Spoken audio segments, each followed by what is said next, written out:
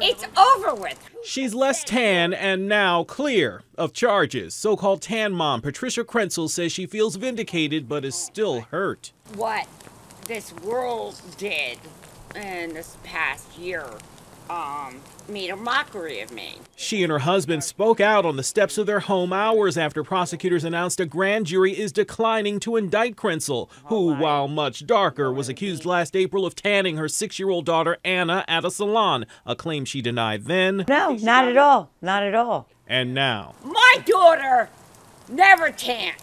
But that was the allegation after Anna's school nurse noticed a burn on her legs and notified police, leading to child endangerment charges. The biggest ridiculous thing in the world. And now with the case behind her, Krenzel says she's planning to move to London. Because I have a lot of modeling jobs. But will keep her home in Nutley, and yes, she'll continue to tan. Yeah, I like to tan. I don't think that's a crime, and I'm still gonna tan. And I don't care what anyone has to say. In the end, her comments were brief, and there was no sign of her young daughter, whose sunburn started it all, giving Patricia Krenzel the name Tan Mom. In Nutley, New Jersey, Derek Dennis, CBS 2 News.